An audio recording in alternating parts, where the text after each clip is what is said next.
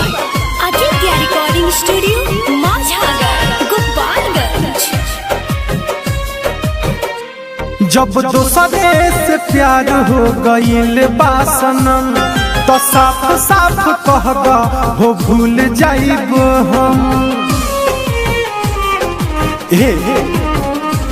जब दोसरे से प्यार हो गईल बा सनम तो साफ साफ कहबा हो भूल जाइब हम।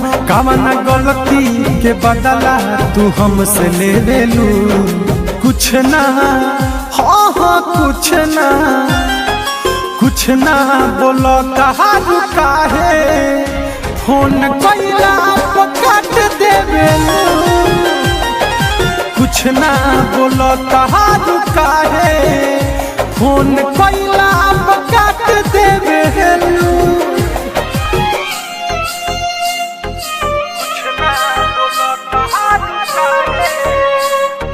Music by Gaurav Roshan।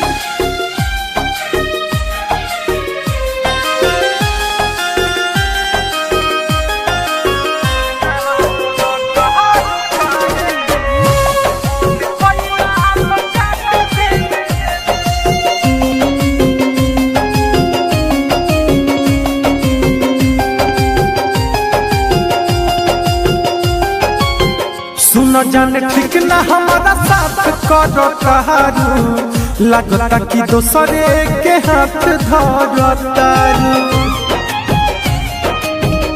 अरे कुछ बोला। सुनो जाने ठीक ना हमारा साथ करो तारू लगता कि दोसरे के हाथ धरतारू। देखते हमारा के मुहावा उलट देवेलू कुछ ना, हाँ हाँ कुछ ना बोलो तहारू काहे फोन कैला काट देवे। कुछ ना बोलो तहारू काहे फोन कैला काट देवे।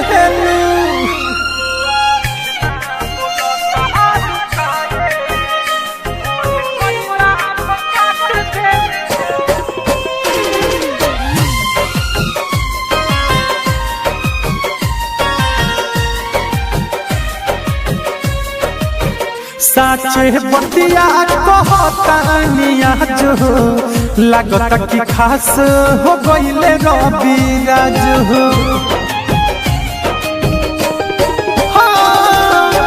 साचे बतिया कहतानिया जो लगता कि खास हो गईले रवि राज हो।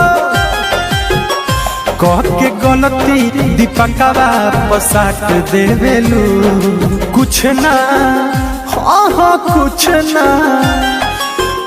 ना बोलो तहारू काहे फोन कैला काट देवे। कुछ ना बोलो तहारू काहे फोन